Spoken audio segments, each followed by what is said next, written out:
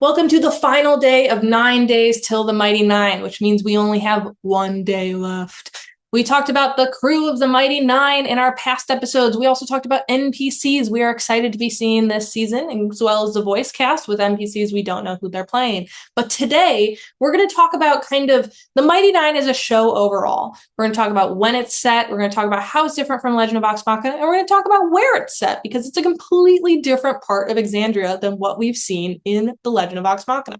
So, let's get started. First things first. This is a very different show from The Legend of Vox Machina, where Vox Machina is 22 minutes, very adventure comedy vibes with a lot of big action. And don't be wrong, there's a lot of drama and tragedy, but it's very much half-hour kind of animated adventure show. This is an hour-long drama. We have much more kind of grungy, on the ground. It's a war story. It's espionage. It's a thriller. It's grittier. So it's a completely different tone and vibe from what you expect from Legend of Vox Machina jumping into Mighty Nein. Another difference, which I have actually talked about before, is where Legend of Vox Machina, we met all of the characters already together in a formed and established party. With this, we're going to meet the characters of the Mighty Nein individually. But what we're also going to do is something completely different, where Vox Machina very much brings the story of campaign 1 and follows it fairly closely. This is going to be very different from what we experienced with campaign 2, because a lot of what we're going to be seeing, from what I understand, is the story that Matt Mercer didn't get to tell in campaign 2. Famously, the players in campaign 2 veered off course from the story that Matt Mercer was anticipating, which that happens all the time in D&D. The GM puts all their time and energy into creating a very specific storyline, or even a broad storyline, and the players go, what's that over there? I want to see that instead. You roll with the punches, that's how it works. But what's awesome about adapting it is we get to see those storylines actually play out here. That's where a lot of the war story and espionage is going to come into play. So what that means is we're going to see a war between the Dwendalian Empire and the Kryn Dynasty, and how the Mighty Nein fit into that. But I'm getting a little bit ahead of myself here, because we haven't even really talked about what the Dwendalian Empire and Kryn Dynasty are. So, first things first, this is set 20 years after the events of Legend of Vox Machina, which is a little funny because we haven't actually seen all of the events of Legend of Vox Machina. We still have 2 seasons left of that show. So, a little bit of a timey-wimey thing going on where we're going to travel 20 years into the future. Will the future events of Legend of Vox Machina impact this show? Who's to say? Probably, maybe, potentially more so in the future. But it's 20 years after the events of Legend of Vox Machina. We're also on a completely different continent, which is probably how we can do a little bit of that time jump, because it's not Tal'Dorei. It's a completely different place called Wildemount. Now, Wildemount might sound familiar to you if you're a big fan of a Legend of Vox Machina, or even a fan of Campaign 1 of Critical Role, because the Briarwoods are originally from Wildemount. But that's about the extent of what you know. Wildemount includes a lot of different nations, but the 3 that we're actually going to really focus on here are the Menagerie Coast, Dwendalian Empire, and Kryn Dynasty. What's important about the Menagerie Coast overall is more so that Jester and Fort are from there. That's really the big aspects you need to know, especially right now. Maybe there's going to be more, and they're going to play with that more in the future, but those are really the key pieces, especially early on in the campaign. However, the Kryn Dynasty and Xhorhas in the Dwendalian Empire are very, very big players. And there's been a lot of conflict between them. And it's been, think of it more as a Cold War this far. But that all is going to change in the Mighty Nein show. The Dwendalian Empire is ruled by King Bertrand Dwendal. They're very focused on magic and technology, and it has a lot of corruption and folks that are power hungry. So a major city there is the capital, Rexentrum, which is actually twice the size of Amman from Vox Machina. But another city that we're probably going to see a lot, based on how much it was a part of the early campaign, is Zadash. That's just a guess. One aspect of the Dwendalian Empire that's important to know about is the Cerberus Assembly. It's a group of very powerful mages in the Empire. Trent Ickathon, a villain I mentioned in the previous episode, is a part of it. They work for the crown, but also themselves. They're very sneaky. They are advisors, although some believe that they keep the crown from abusing their power. I would guess that's more propaganda than anything else, but who's to say? I guess we'll see when the show comes out. As I said, a lot of corruption, a lot of shady dealings. These are very smart, powerful, ambitious mages that care more about themselves, although they might have this idea of patriotism to the Empire, but end of the day, power, big move for them. They're also tied to the Volstrucker. The Volstrucker are something that were mentioned by Travis Willingham at San Diego Comic-Con during their panel.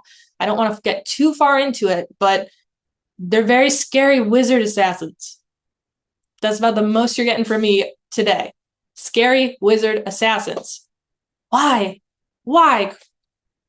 Terrifying. Anyways, they're not fans of the Cobalt Soul. Now, Cobalt Soul, you might remember from the Beauregard Lionett episode, I described as monk librarians. Yes, monk librarians. Amazing.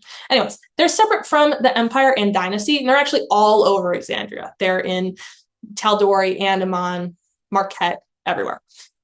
They work within the library of the Cobalt Soul. They're publicly dedicated to the search for and preservation of knowledge, but they have a very kind of like under the radar mission as well, which is more about rooting out corruption and tyranny, which if you think about it is also tied to knowledge and freedom and, you know, understanding the world and wanting to make it a better place. It's also a big thing for them of making knowledge accessible to the public, which ties back to their secret mission about fighting tyranny and corruption.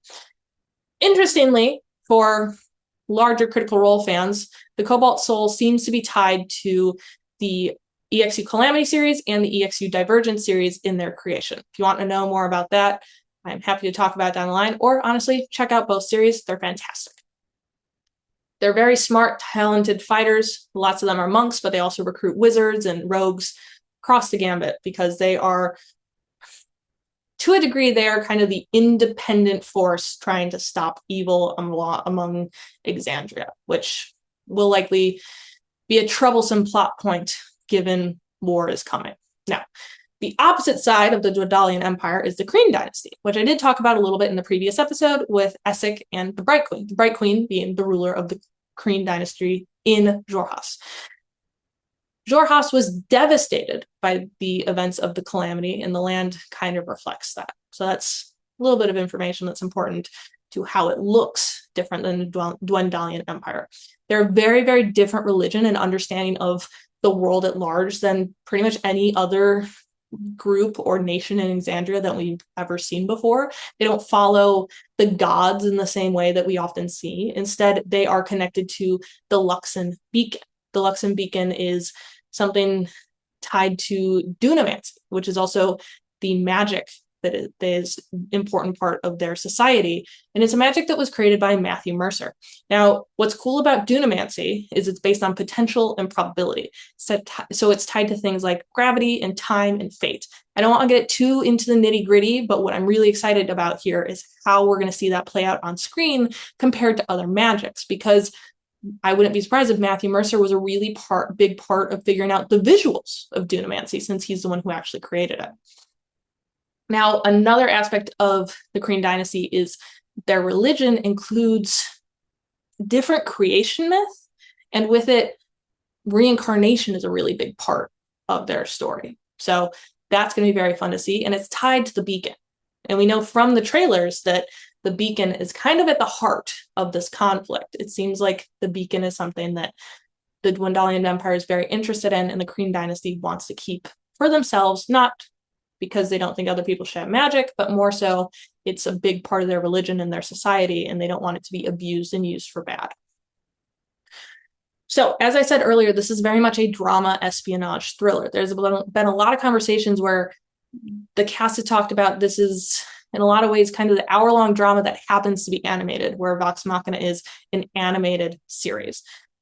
The 44-minute episodes gives them way more time to breathe. It's also probably why we get to meet the characters individually and see them come together as a group versus kind of hitting the ground running with the action of having the party already created. So it's a really big difference tonally. It's a different part of the world. It's a different era of Exandria, and we get to see new kinds of magics. The other thing that's important to note is they've made it really clear that where Vox Machina are kind of the standard tropes and expectations of what you have with fantasy heroes, you have the standards of, folks coming together and fighting the noble fight. This is not necessarily the same. This is, yes, a bunch of misfits who are forced together, but it's much more a bunch of misfits not fighting a big scary monster. It's a bunch of misfits who are tossed into the middle of political intrigue and war and all the terrors surrounding that. So how that comes into play, especially given quite a few of them seem to have a criminal record, will be exciting to see. Mighty Nein is posed to be such a fun difference from Legend of Vox Machina. It'll show not only the different kinds of stories that Critical Role is capable of telling, but the different styles of stories they're capable of telling, because a lot of the other Critical Role things we love, like Campaign 3, even Campaign 4, which just started, or EXU Calamity, Divergence, Downfall, are all very different tones. So this is setting the stage to potentially set up more animated shows, even live action shows maybe, that have a more fleshed out tone and a really wider breadth of how they tell stories. Mighty Nein premieres tomorrow, November 19th on Prime Video. If you are excited for the Mighty Nein and want even more Mighty Nein content, make sure you check out our past videos where we go through each of the Mighty Nein members and their backstory, and a lot of the NPCs we're excited to be seeing. If you want more Critical Role content, make sure you check out our interviews and articles. They're all worth a watch and a read. Check out Temple of Geek for even more geeky and nerdy news. And if you're so inclined, give me a follow on social media. And please like and subscribe to this video. We are excited for even more Mighty Nein and Critical Role content, as well as more nerdy news for all of you guys.